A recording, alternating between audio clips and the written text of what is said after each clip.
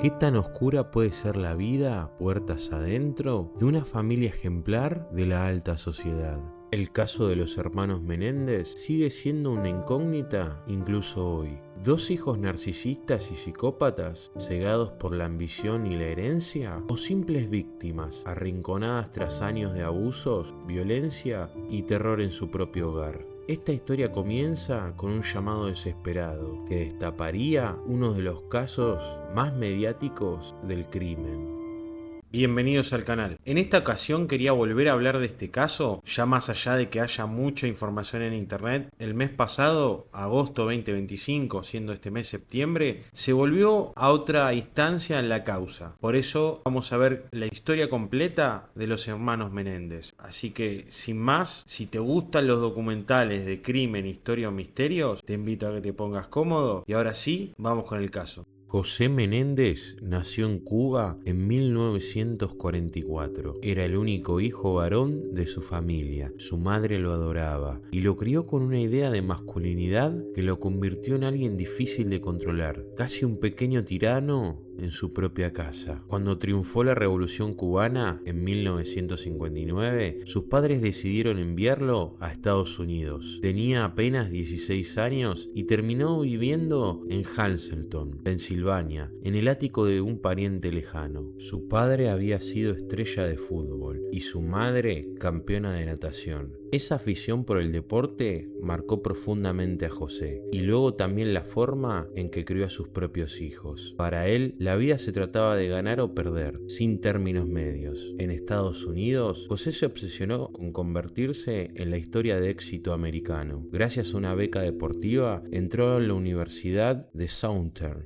Illinois. Tenía 19 años cuando conoció a Kitty, la mujer con la que formaría una familia. Tras graduarse, consiguió su primer empleo en una firma de contaduría. El 10 de enero de 1968 nació su primer hijo, Lyle, y el 27 de noviembre de 1970, el segundo, Eric. Poco después ingresó como ejecutivo en Hertz, la empresa de alquiler de autos. Ese ascenso hizo que la familia se mudara a la costa este. Kitty, por su parte, soñaba con ser actriz, pero José no estaba dispuesto a que trabajara. Así, terminó convertida en ama de casa a tiempo completo, mientras él escalaba posiciones, aunque arrastraba una mala reputación por la forma en que trataba a sus colegas. En 1980 dio un salto, pasó a la división de entretenimiento de la multinacional RCA Records, donde fue nombrado vicepresidente financiero. Pese a no saber demasiado de música, firmó contratos con artistas que marcarían época: la banda juvenil puertorriqueña Menudo y el dúo británico Eurythmics, que poco después explotaría mundialmente con su hit Sweet Dreams. Menéndez incluso acompañó a Menudo en giras por Italia y Brasil. Aquella relación se volvió una obsesión personal, pero un desencuentro con un alto ejecutivo lo llevó a abandonar el RCA. Fue entonces cuando los Menéndez se mudaron a California, primero a un suburbio de clase alta en Los Ángeles y luego a una lujosa mansión en Beverly Hills, con piscina, cancha de tenis y casa de huéspedes, una propiedad que antes había pertenecido a nada menos que Prince y Elton John. Lyle consiguió ingresar a la prestigiosa Universidad de Princeton, ayudado por una generosa donación de su padre. Eric, en cambio, empezó a meterse en problemas, robos pequeños y conductas extrañas. Eran muchachos con privilegios, pero también profundamente problemáticos. La tarde del 20 de agosto de 1989, José y Kitty decidieron quedarse en casa viendo películas. Estaban agotados. La noche anterior habían salido en yate a cazar tiburones. Lyle y Eric, en cambio, fueron al cine a ver la recién estrenada Batman de Tim Burton. Cuando regresaron a su mansión, encontraron una escena atroz. Sus padres habían sido masacrados a disparos, alrededor de 14 tiros en la cabeza y el cuerpo, al punto de quedar irreconocibles. El ataque había sido brutal. Aterrados, los hermanos llamaron al 911.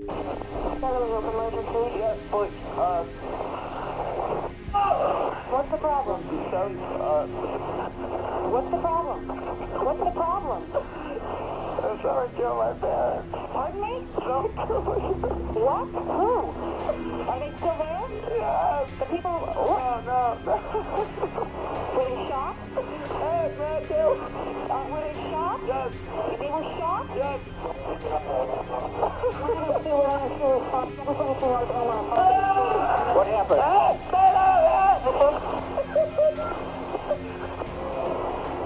have a hysterical person on. We're trying to get screened further. I don't even know if we're fine. Is the person still there? What happened? When you have the units around, what happened? Who shot who? You came home and found who shot? You know what? They're still in the house. The people that did the shooting. Get away from him! Okay, hey, let me talk to Eric. Who is the person that was shot? My mom and my dad. Your mom and dad? My mom and my dad. Okay, hold on a second. Okay, we're on our way over there with the ambulance. Okay.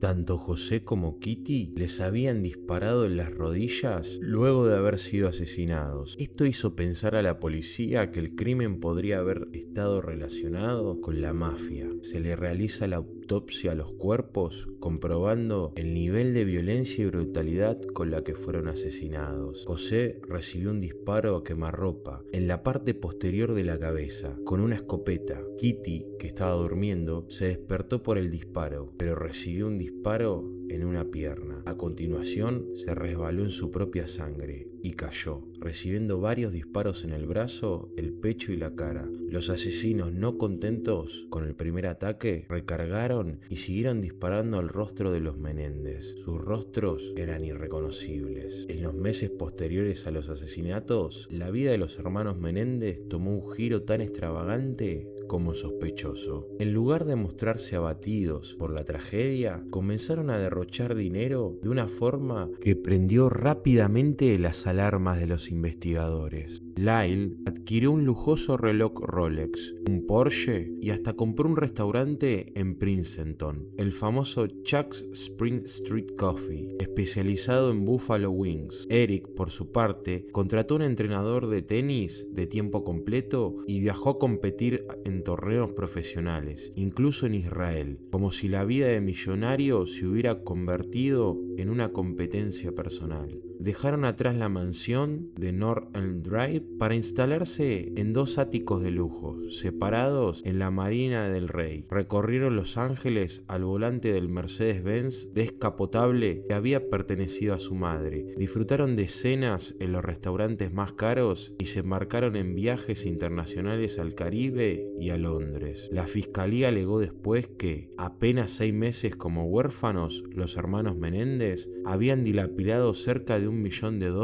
una fortuna entera convertida en relojes, autos, viajes y caprichos, mientras sus padres aún no tenían justicia.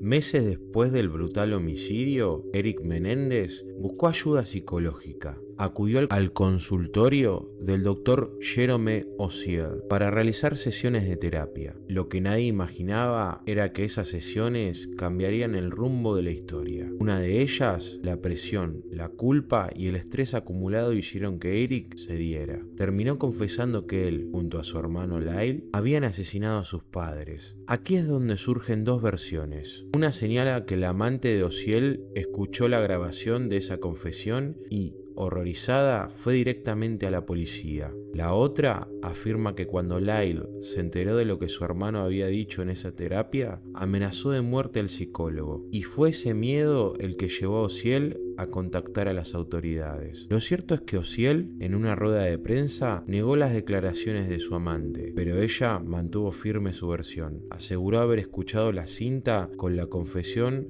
al menos 4 meses antes de que los hermanos fueran arrestados. Finalmente, en marzo de 1990, Lyle y Eric Menéndez fueron detenidos bajo cargos de homicidio en primer grado. Con su arresto, el caso explotó mediáticamente y se convirtió en uno de los juicios más seguidos de la historia moderna de Estados Unidos. El asesinato de José y Kitty Menéndez conmocionó al país, pero lo que vino después fue aún más impactante. Un juicio convertido en un espectáculo televisivo, la exposición de los secretos más oscuros de la familia y una batalla legal que no terminó en los 90, sino que continúa hasta nuestros días. En 1993, Court TV transmitió en directo el juicio contra Eric y Lyle Menéndez. Millones de personas se sentaron frente al televisor para ver cada detalle de este drama familiar. La abogada de la defensa, Leslie Abramson, se convirtió en una figura mediática. Su argumento era claro: los hermanos habían sido víctimas de años de abusos físicos y sexuales infligidos por su padre, pero los registros de antecedentes de los hermanos contradecían la teoría de la defensa. Para muchos, aquellos chicos privilegiados no eran víctimas, sino asesinos que habían matado a sangre fría para quedarse con la fortuna familiar. El jurado quedó dividido y el primer juicio terminó en un empate técnico.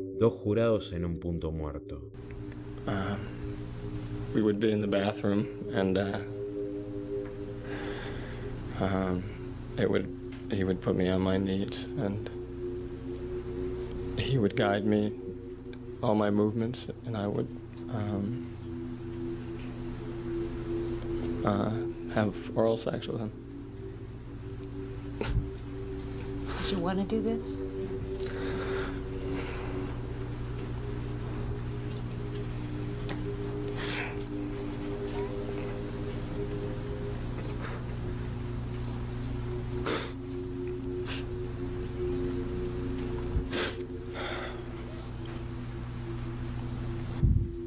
At some point, did he do some other things to you?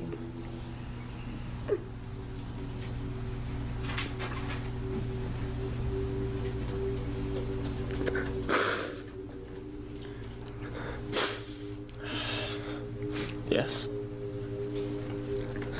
What else did he do to you?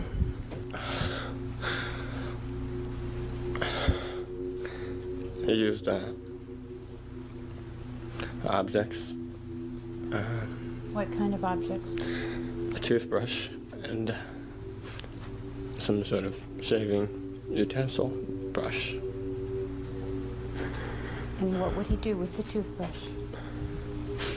Well, in the bedroom, we'd have what we called object sessions, and just slide my pants down or take my pants off.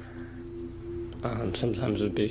El fiscal del distrito de Los Ángeles, Jill Garcetti, no iba a dejar el caso ahí. Anunció de inmediato un nuevo juicio. En esta ocasión, el juez Stanley Winsberg prohibió las cámaras en la sala, restando la exposición mediática al proceso. En 1996, ambos hermanos fueron declarados culpables de asesinato en primer grado y conspiración para cometerlo. El jurado descartó la pena de muerte, pero los condenó a cadena perpetua sin posibilidad de libertad condicional. El 2 de julio de ese año, Winsberg dictó sentencia: penas consecutivas para cada uno de los crímenes. 2 meses más tarde, el 10 de septiembre, el Departamento de Correccionales separó a los hermanos, enviándolos a cárceles diferentes. Fueron clasificados como presos de máxima seguridad y aislados incluso de otros internos. Las apelaciones no tardaron en llegar. El 27 de febrero de 1998, la Corte de Apelaciones de California confirmó las condenas. Y 3 meses después, la Corte Suprema del Estado ratificó la decisión. No hubo votos a favor de revisar el caso. La defensa también quedó manchada. Leslie Abramson fue acusada de ordenar al psiquiatra William Vicari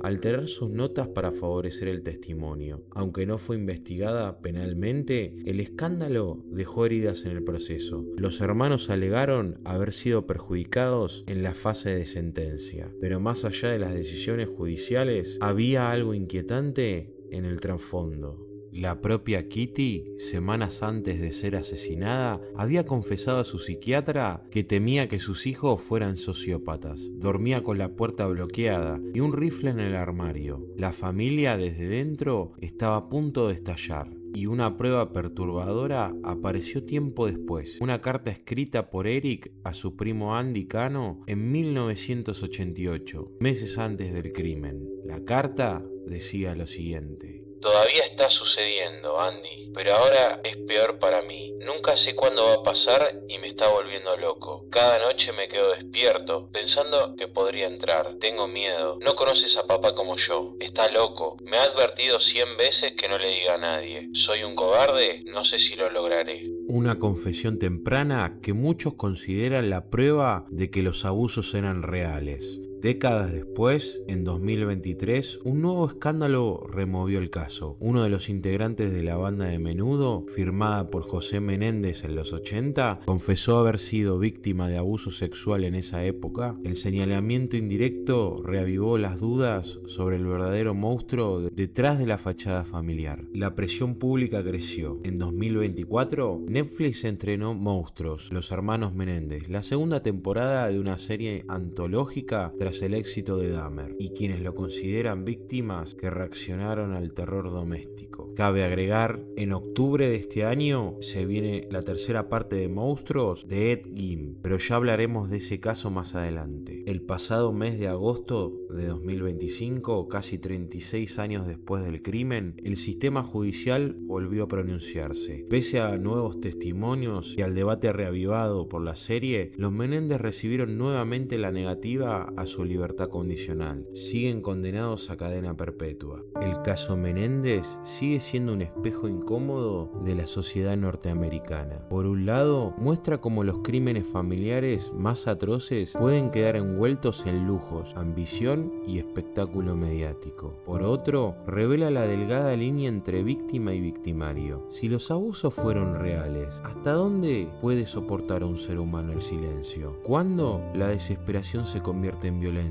Hoy, Eric y Lyle cumplen condena como parricidas, pero más allá del veredicto, la pregunta sigue abierta. ¿Fueron monstruos despiadados o hijos quebrados por un monstruo mayor? Si te gustó el video, dale like, comentá, compartí y suscríbete para no perderte los próximos casos. Gracias por acompañarme hasta el final. Soy Lalo Cajetilla y nos vemos en el próximo video.